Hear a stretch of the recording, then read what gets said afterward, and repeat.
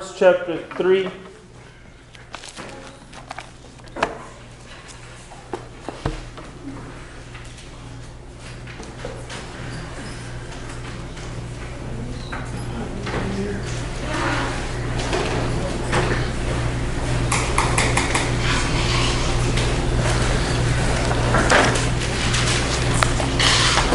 We spoke last week as we introduced this chapter that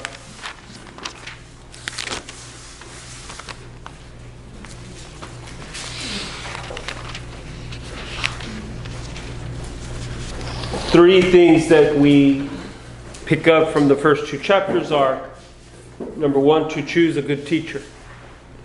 To choose a good teacher. Number two, to keep your distance from wickedness. Keep your distance from evil. And three, that we are to fear God.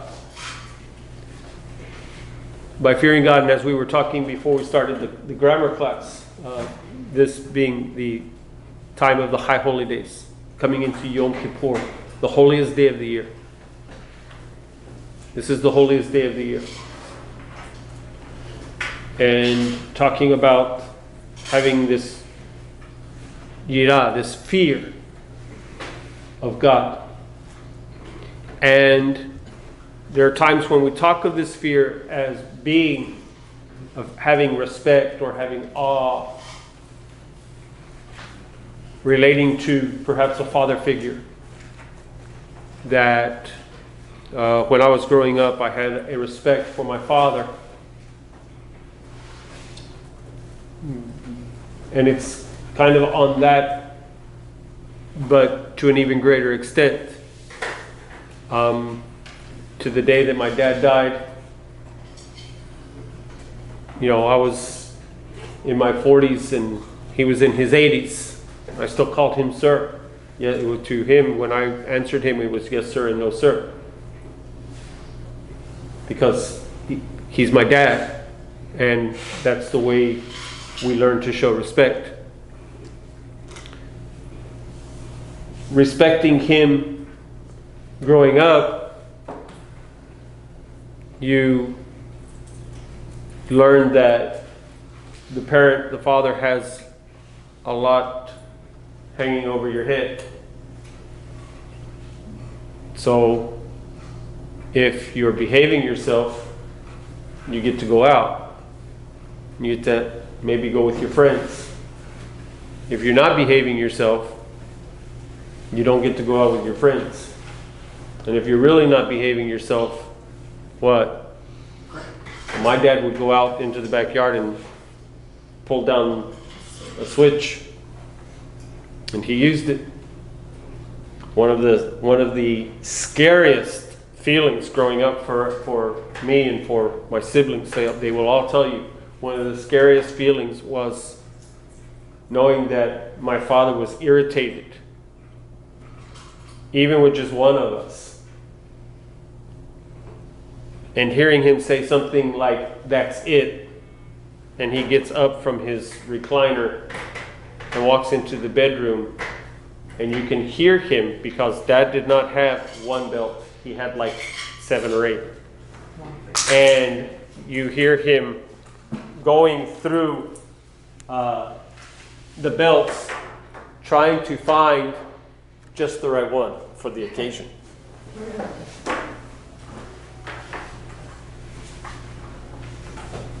Rustling through the belts was a scary sound to us. And the reason why I said even if it was one of us, because we could all feel the sting. Even if it was just one of us, there was that sibling, what do you call it? Connection. Yes. You felt sorry for whoever was getting the receiving end of the belt. But not only that, at such times, one need be very, very careful not to say the wrong thing, not to do the wrong thing, because you would be next in line very quickly. That's the way my dad was. So if you spoke, if he was disciplining someone, and you spoke out of turn, you showed disrespect, even for the other person, for the situation, you giggled, you laughed, any of those kinds of things, you also caught it. You would be next in line. So now, my dad did not spank us frequently, and the duration was usually was pretty short. But when you had been disciplined by him, you knew you had been disciplined by him, and believe you me, you didn't go back to that. People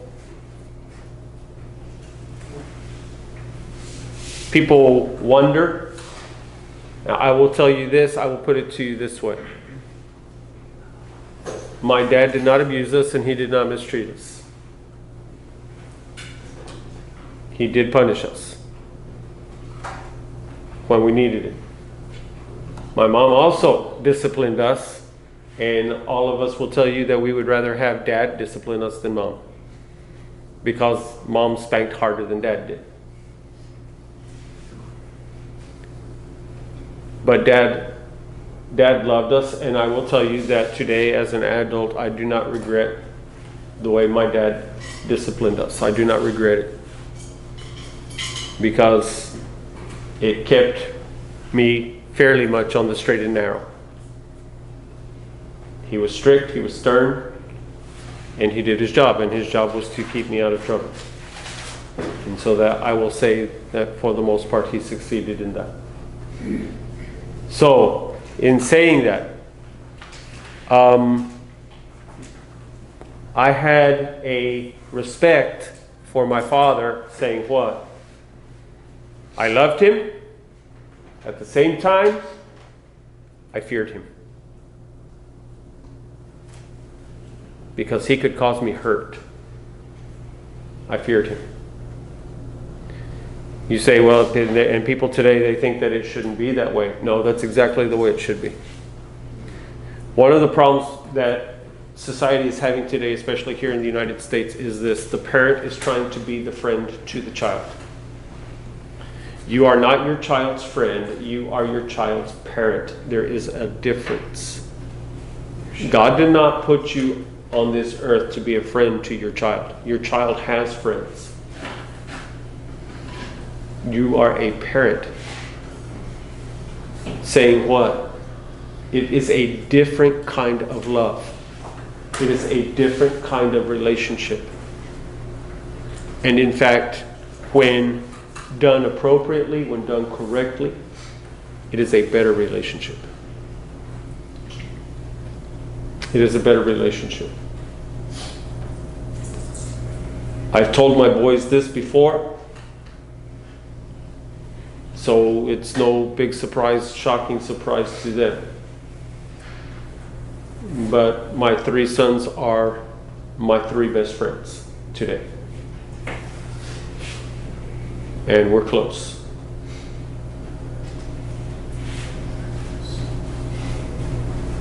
And the truth is that when the boys were little, that was great.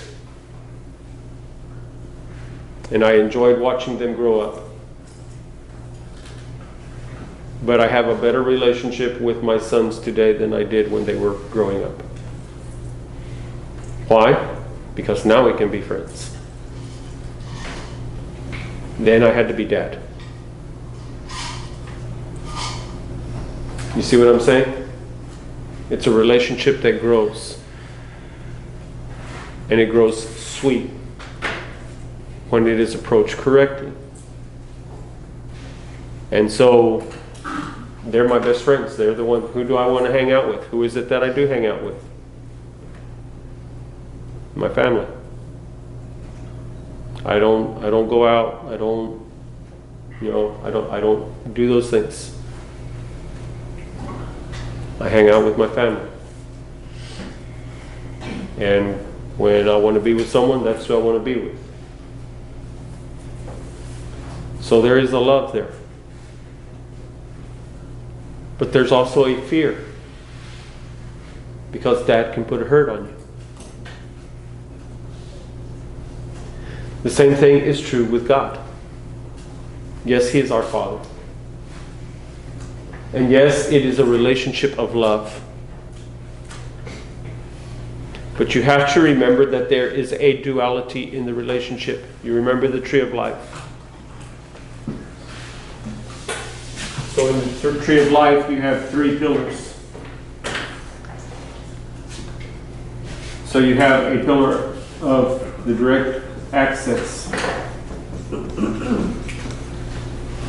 This side you have the pillar of mercy. And this side you have the pillar of Judgment.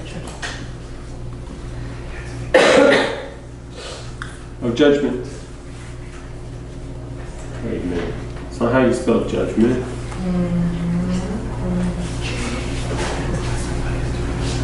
Alright. So you have a pillar of judgment, pillar of direct access, and the pillar of mercy. And in going through the tree of life, you remember that we have taught this, that you cannot just go up this pillar. It can't be just judgment, judgment, judgment. Nor can you just go up this pillar. If you go up this pillar, then what? It's too soft and the child becomes spoiled. That means the child gets away with everything. But if you go up only this pillar, if you only go up this side, then what? It's too harsh. And the child becomes rebellious. The child becomes bitter. This is what the scripture means when it says, do not bring your child to wrath. You can't just be hard on your child. Okay? So what? You have to have a balance. You have judgment and mercy. Judgment and mercy. There must be balance. You're using both. It's not law or grace. It's law and grace. There's a balance.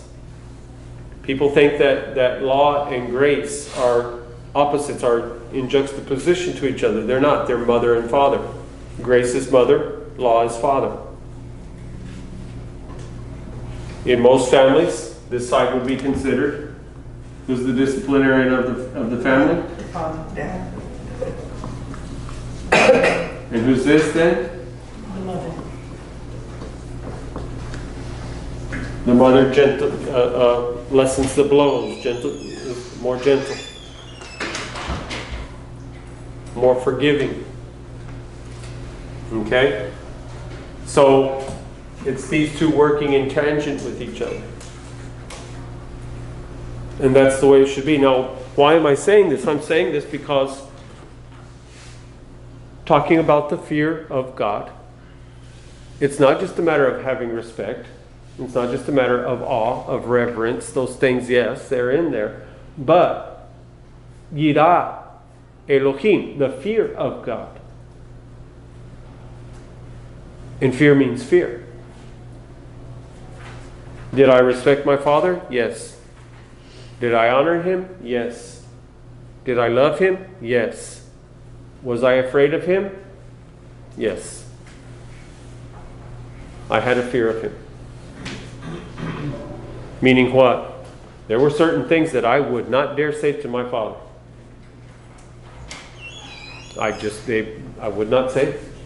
And I would hear some kids talking about their father, talking to their father in a certain way, and I would wonder how in the world could they talk about their father, talk to their father that way.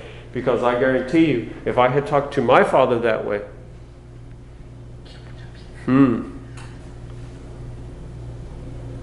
as my mother would say, you're going to find yourself in the middle of next week.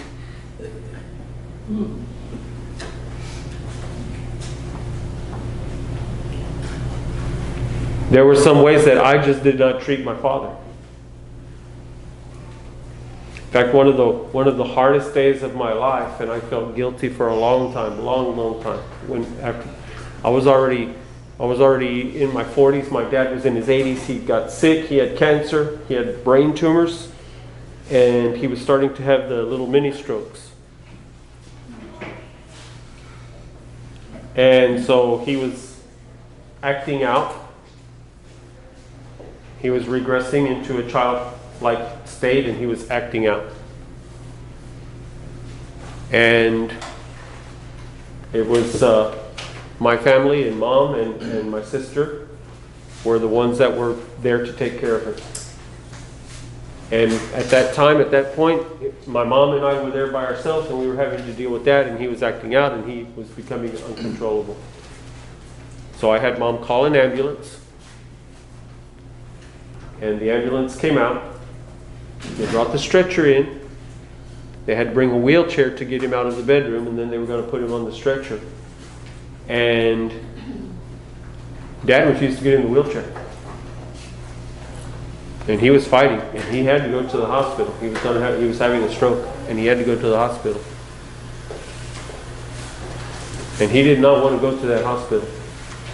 So the attendants and myself picked Dad up out of the bed, physically picked him up out of the bed, and put him in the wheelchair. And he refused. He planted his feet on the ground, and I had to get his feet up off the ground and onto the pedestals. And he refused. And he started hitting at me, and he started kicking me with his feet. And he kicked me hard. And I grabbed him by the ankle, and I picked up his foot, and I put it down. And I got a little of the, I got a little piece of tape, and I taped it around so he could not move that leg again. Then I picked up the other one. He's there kicking. I picked up the other one, and I put it down on the pedestal and tied it into place. And then they were able to wheel him out, and they put him up on the stretcher, and they tied him down. And I can tell you that was a very, very difficult day for me. A day for a long time. I had a hard time getting over that I treated my father that way. Because I had never treated my father that way in all of my life. I would have rather just about anything than to have to physically restrain my own father so that they could take him to the hospital.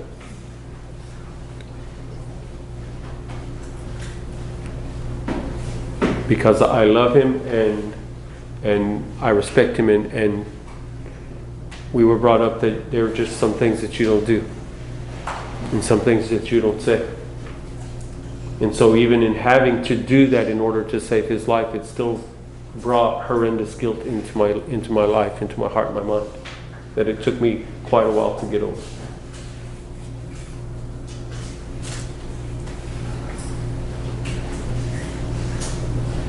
I was talking with a friend today who we were discussing how people speak, and you've heard people talk about calling him the man upstairs. No. So disrespectful. So disrespectful.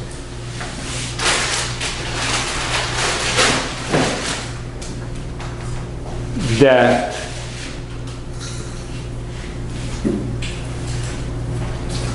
we fear God. Why? Because He is God. And it is He who rewards, and it is He who punishes. And He brought all of this creation into being with the word of His mouth. He spoke it into being. From the smallest part of the atom to the largest planet, galaxy in the universe. He brought it all into being by the word of His mouth. So it's a little bit more than the understanding the idea of having respect. Understanding my position and His position, who I am and who He is. That there should be a healthy fear of Him. understanding what He can do to me if He desires to do so. Saying what? As I said about my father, He can bring a world of hurt to you. And so we need to understand that and treat Him that way. In saying that,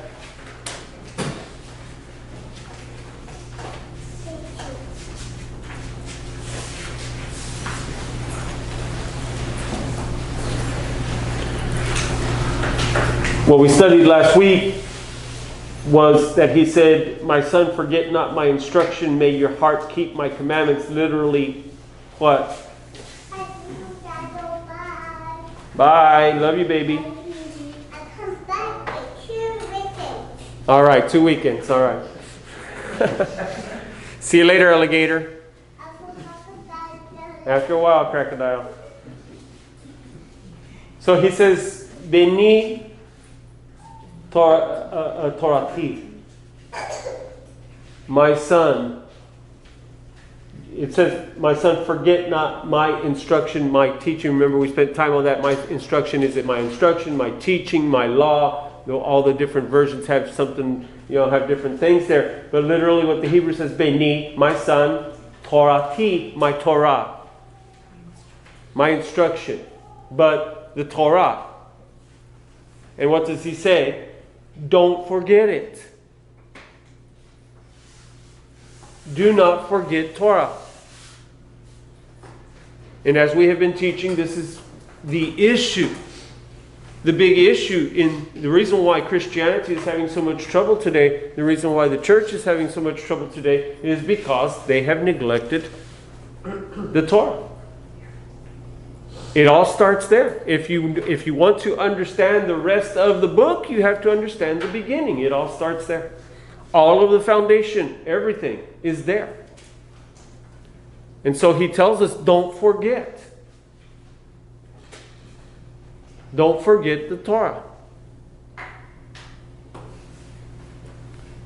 And then He says, "And may your heart keep my commandments," literally, "u mitzvotah yitzor levecha." So, "u mitzvotai," mitzvot, my commandments. Literally, if you ask a Jew today, if you ask a Jewish person today, what is a mitzvah? What do you mean by mitzvah? They're going to tell you good work, a good deed. Now, mitzvot is the plural of mitzvah. Mitzvot, doing mitzvot. When you translate this from Hebrew, it would come out as if Torah is law, then mitzvot would be the commandments.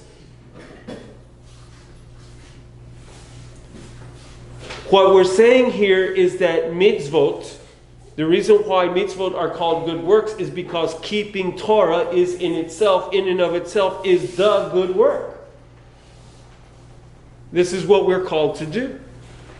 These are the instructions of our life. What is Torah about? Torah is about loving the Lord your God with all of your heart, all of your mind, all your soul, all your strength, and loving your neighbor as yourself. This is what Torah is about. So Torah instructs us how to do these things, and point by point they are called mitzvot. So the mitzvah of "You shall have no other gods before me." The mitzvah, "You shall not take the name of God in vain." The mitzvah, to keep Shabbat, to keep it holy. All pertain to your relationship with God. The mitzvah of honoring your father and your mother. The mitzvah of not committing adultery. The mitzvah of not committing murder. The mitzvah of not telling a lie.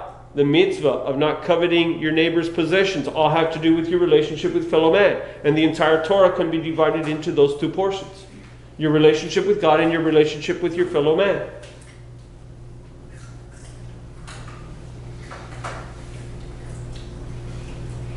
And where we ended up last week is that it says, "And may your heart keep my mitzvot." May your heart keep my commandments. Saying what? Why your heart? Do it out of love. You do it out of love. You do it because you want to do it. There is no one in this world. There is no one in this world who is forcing me to follow Torah. There is no one in this world who is forcing me to eat kosher. There's no one who's forcing me to walk this way. And I was not raised in this lifestyle. Most of you know, I was a Baptist pastor for 30 years. I spent 10 years of that 30, I spent 10 years attending the synagogue here in town. Learning Hebrew, learning Judaism, learning these things from the rabbis there. And there was no one who forced me into this lifestyle. There's no one who forced me into this walk. I chose this way. Why? Because as I was attending synagogue, I started having questions concerning certain aspects of the way that we were raised, the doctrines that we've been taught, the things that we've been taught. For example, why do we not keep Shabbat? Why is it that we say that Torah is no longer for today? Why is it that we say that the law does not apply to us? Why is it that this? Why is it that for 4,000 years God said, you keep Torah, you keep my covenant, or you're cursed? And thousands upon thousands of people died and were dispersed throughout the world because they refused to keep Torah. And so God judged them and He scattered them throughout the world. And now all of a sudden we say, oh, well, it doesn't apply to us. So God was what? God changed His mind? He was kidding? He was playing games? What? It doesn't make sense. And the thing is that you cannot show me. In the scripture, Yeshua said that He was not changing Torah, that He would not change Torah. And He said that whoever taught that the Torah was not to be followed was the least of the kingdom. And so I had a lot of questions.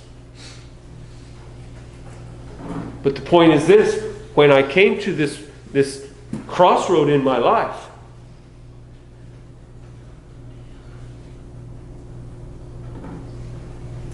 I chose.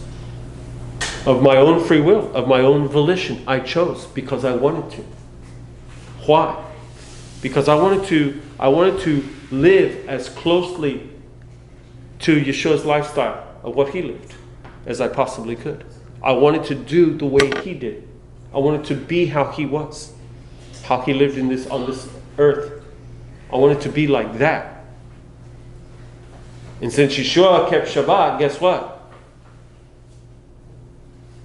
Since Yeshua kept Shabbat, guess what? Keep Shabbat. Since Yeshua kept Torah, guess what? Did He eat kosher? Now I want to eat kosher. Did He walk halakha? Then I want to walk halakha. Did He do these things? Then I want to do these things. That's what it means to be a follower. That's what it means to be a disciple. That you do what your rabbi does. You live how he lives. You dress how he dresses. You act and talk and speak and think the way he does. So saying that to say this, that it must be in your heart. This isn't, everybody's not going to do this.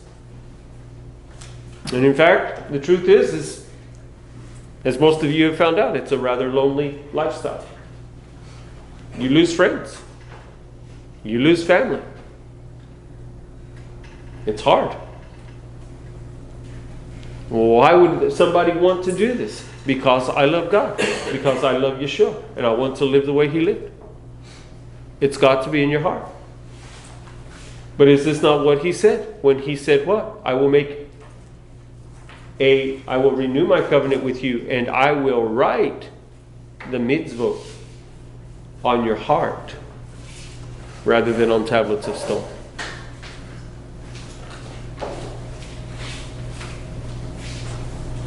He says, if you do not forget Torah and you keep with your heart the mitzvot. Verse 2, they shall add length of days and years of life and peace to you. So,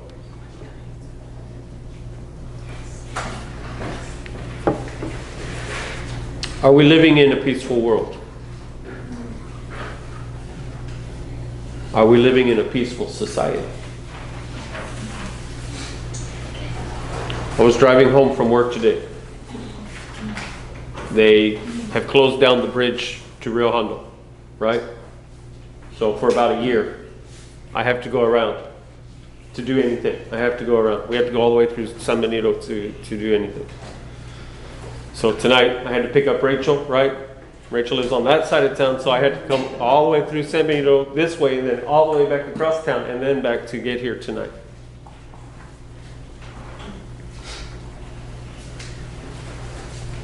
So on the way home, I'm going home. I go down the expressway, take Williams Road, going through Williams Road, and get about 2 miles outside of town, 3 miles outside of town, and I see these flashing red lights. So the first thing I do is what you would do, check my speed, take the foot off the gas, right? Don't hit the brake. Don't hit the brakes. So I see this coming down the road, so I pull over, and he passes me. It's a deputy sheriff, and he passes, and I see him turn at the low water bridge. I drive down a little bit more, and here comes another one, and he's going faster, and I can feel the vibration as he passes me. And it's a Rio Hondo police officer. And I drove about 5 seconds more, and here comes another one.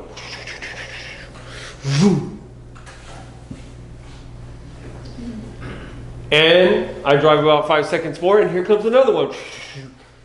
All three Rio Hondo police vehicles, we have three. All three of them went on this call. And I was like, what in the world? I was wondering, man, is there a wreck over there or what? Because everybody's piling up there at the low water bridge, trying to get into Harlingen or whatever, trying to get across, and the traffic over there, and cars are coming through there 60 miles an hour, 70 miles an hour. And so I was wondering, man, I hope somebody didn't wreck, and I was wondering, that kind of thing. And so I go, stop at the post office, I drive home, go out to my house, and we live out on Fernando Road, and I go out there, and I'm driving down the road, and I see this border patrol coming behind me. I'm like, okay, this is getting interesting. This is kind of weird. And he's coming, and then I look way down at the end of the road where we live, and there's like 5 police cars down at the end of the road.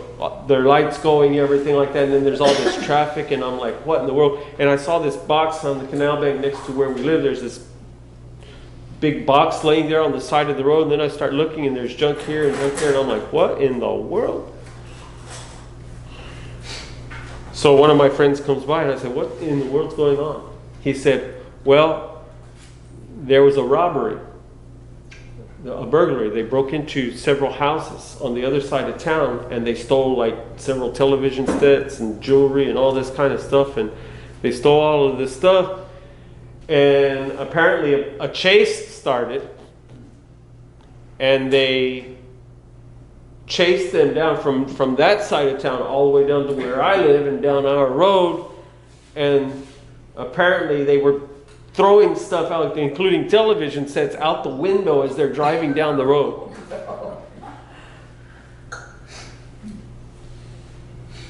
And it ended at that corner there. And so the guys, when they got to that corner, and they had set up a roadblock on the other side, so the guys, when they got there, they bailed.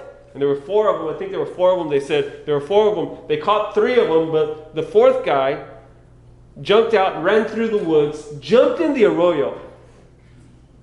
And if you know what the arroyo looks like over there, that's where the barges come through. That's the wide part. Jumped in the arroyo and was swimming to the other side. And that's why the police got, that's why they had passed me going down Williams Road. They had to go all the way around. to get to the other side, to the far side of the arroyo. Did they find him? To catch, I don't know.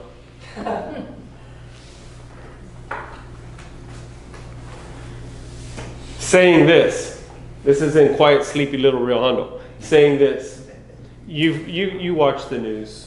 You see all the stuff that's going on, the riots, the murders, all this kind of stuff. Everything that's going on. We do not live in a peaceful society. And the sad thing is this. Even our leaders are corrupt. I mean, we've had attorney generals, we've had the district attorneys, we've had the tax collector, assessor collector, all of these people in the last 7 or 8 years thrown in jail. How many judges? A couple of district attorneys, tax assessor, deputies, thrown in jail for corruption and bribery. And they wonder why people don't trust the system.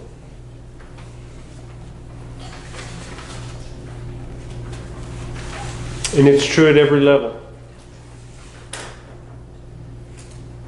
It's true at every level. What is the problem? What's going on here? The problem is this. We stopped teaching Torah. The Ten Commandments no longer apply. And everybody's just doing whatever. And the problem is this. It's going to get worse. It's not going to get better. Yes. I'm getting a wee bit confused. You know, I agree with what you say, but, and I'm sorry I'm tired. It's okay. Weak voice. I'm confused by, and I don't know where the passage is, and I don't know quick what to say here, but where it says, don't worry about what you wear or eat or drink because your Father knows what you need. How does that fit in with Torah? Does that even... We call that Hasidut. Okay? I'm going to break my rule, Gloria. Just because everybody recognizes it as this. Hasidut. Hasidut is... You've heard the Jewish people called the Hasidim, the Hasidic Jews. Okay? Hasidut is the idea that God is in absolute control. So you don't have to worry about anything. You don't have to worry about what you're going to eat or what you're going to drink or this or that. You don't have to worry about these things because God is in absolute, complete control. Okay? So, let's jump into verse 3 just a couple of minutes and we're going to close. But look at what he says. Verse 3. Kindness and truth shall not leave you. Bind them upon your neck. Inscribe them upon the tablet of your heart. What the Hebrew says here is this. Kindness and truth shall not leave you. Literally says cannot leave you. That they are bound upon your neck. They are inscribed upon your heart. Why? Because this is what Torah teaches. Torah teaches us how to be kind.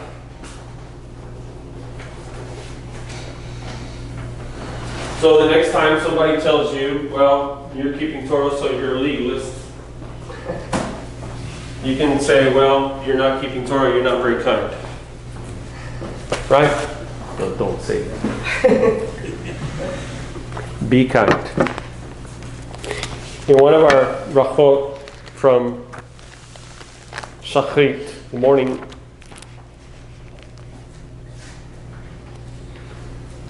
it's the final bracha. It's under Sim Shalom, the final blessing from Avodah as we're closing the liturgical service. We say this, Sim Shalom, Tova Uvracha, Chen V'Chesed V'Chamim Aleinu, Yachol Yisrael Avecha. V'cheinu Avinu, Kulenu Ke'echad Ve'or Panecha, Ki Ve'or Panecha Natata Lanu Adonai Eloheinu. Torat Chayim V'Ahavat Chesed וצדקה ועיניך לברך את עמך ישראל וכל עת וכל שעה בשלומך ברוך אתה אדוני חברך את עמו ישראל בשלום. Saying this, grant peace, goodness, blessing, grace, and kindness, and compassion upon us and upon all your people Israel. Bless us, our Father. All of us is one. Barchenu, bless us, Avinu, our Father. Kulenu ke'echad, all of us is one. Be'or panecha, kivior panecha natata lanu Adonai Eloheinu. With the light of your face, for with the light of your face you gave to us Adonai our God. Now listen here. Torah Chayim, remember Chai we had earlier, Chayim, Torah Chayim, the Torah of life. The Ahavat Chesed, and Ahavat, love, Chesed, of kindness. The love of kindness. Love to be kind.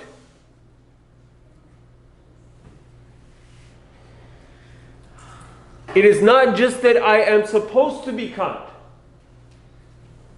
I am to have a love for kindness.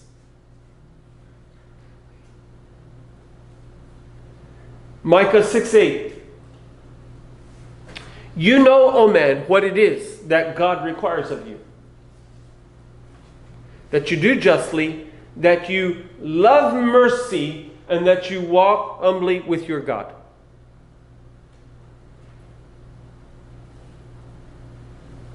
That you love mercy. That is this. Torah Chayim, the Torah of life, ve'ahava chesed.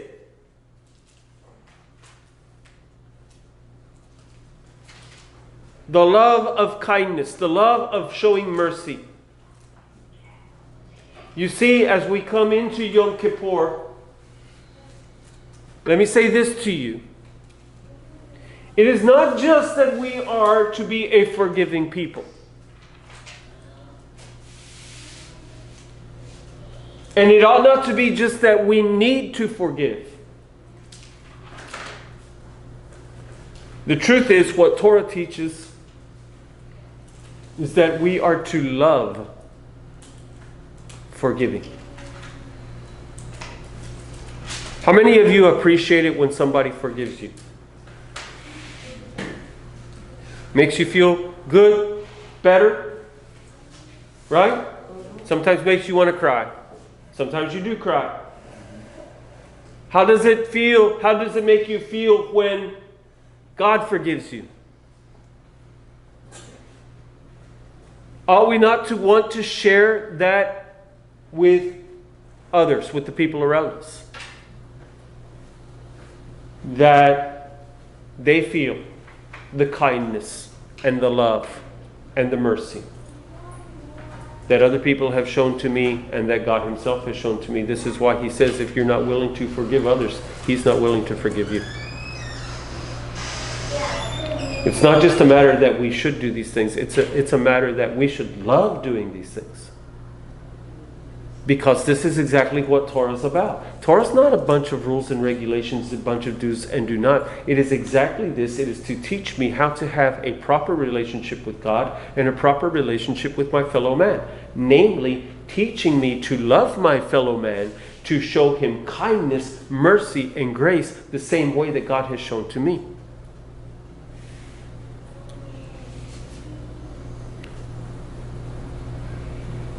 So Torah Chayim ve'ahava chesed u'tzedakah v'necha levarek et amecha Yisrael.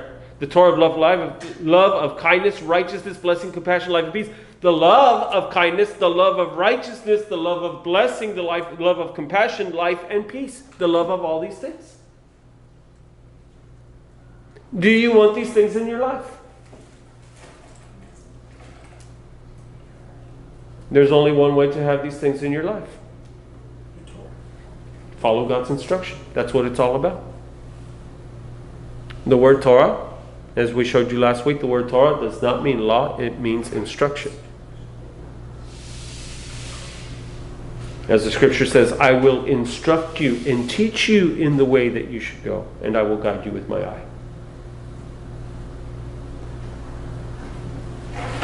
So, saying this, that kindness and truth shall not leave you. They cannot leave you. When you are following Torah, you will be kind and you will be truthful. Because this is what Torah is about. Kindness and truth will be bound upon your neck and will be inscribed in your heart. Saying what? What did we say about the mitzvah? Huh? You will want to do this.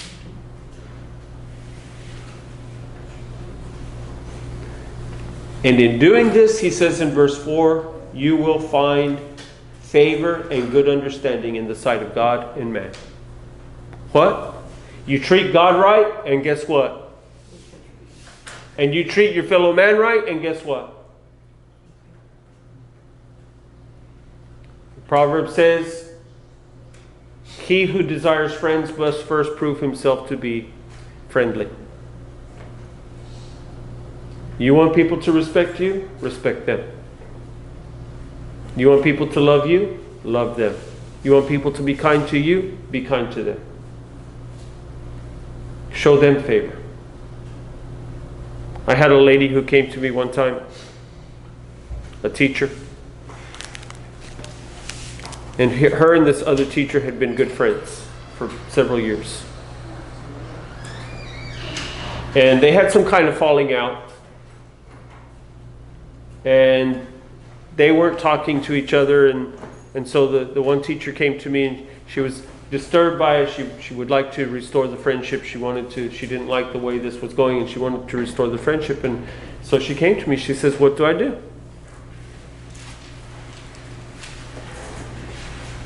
I said, do 3 things.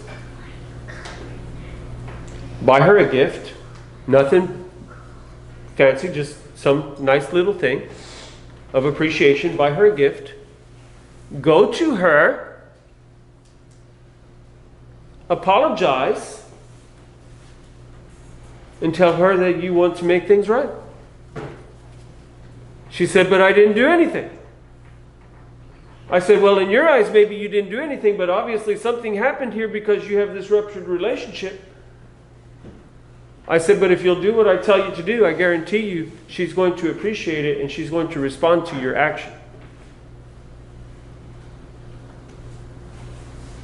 She came back to me a few days later. She said, I did what you said to do. I said, what happened? She said, we're friends again. I wasn't shocked.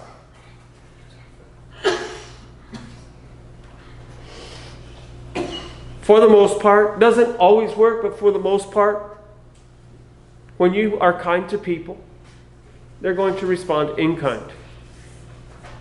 When you are nice to people, how many of you're walking down the hallway, you're walking down at work or wherever, you're walking down the street, and you may not even really know them, and you just see them and you say hi. What do? Almost always they say hi back. Exactly like that. That's what we're talking about. Don't wait for others to do first. You start the ball rolling. You start it. You be kind first. You show mercy first. You be forgiving first. You be the one.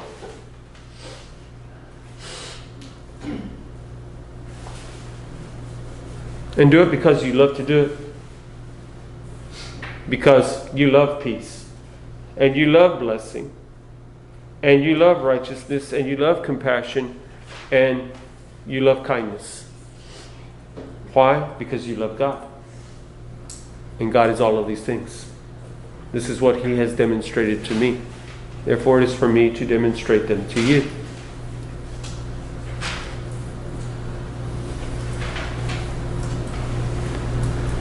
So, we do these things because we have to? No. If you do it just because you have to do it, it doesn't count. We do these things because we want to. I told you that I chose to be this way. I have chosen to walk this lifestyle.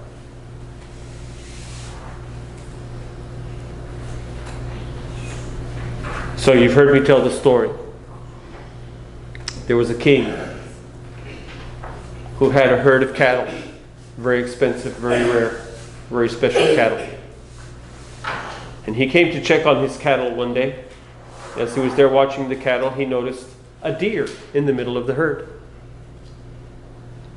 So the king called the foreman. Said, "What is that deer doing in the middle of my herd of cattle?" The foreman said, "Your Highness, he jumped the fence. And he doesn't want to leave. We've tried to shoo him off, and he just runs around, and as soon as we leave, he comes back. He's with the herd."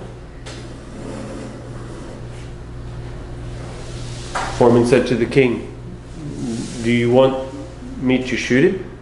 Do you want me to do away with him? Because he just keeps jumping. He just keeps coming back. You want me to shoot him?" And the king said, "No. Don't shoot him.